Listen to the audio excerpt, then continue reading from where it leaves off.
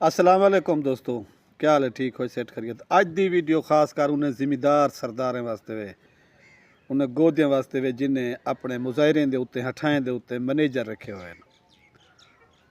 जनाब अली तुसा सिर्फ मैनेजरें की गाल सुन दो, अपने जेह्ड़े कम करने वाले असल तुहाडे हारी हैं, मजदूर हैं, तुहाडे मुजेरे हैं, तुहाडे हठाई हैं, उन्हें नाल रबता कर गिदा करो। उन्हें दे बाल बच्चे गुजरान करदन, उहे आप कम करदन, तुहाडे मैनेजर कह नहीं तुहाडी मजदूरी करें दे या कस्सी खटें दे या कम कार करें दे।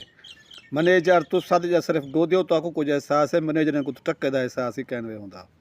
तुहाडे इन्हें मैनेजरें कने तुहाडे मुजेरे, तुहाडे हठाई, तुहाडे हारी तंग हैं।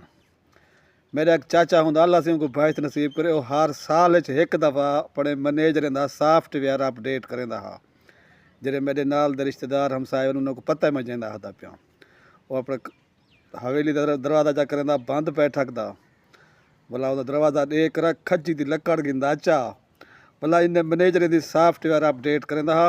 पिछे वो मैनेजर जरे हक करेंदे हठाएं नाल, मजदूरें नाल, हारे नाल। मेहरबानी, अस्सलाम वालेकुम।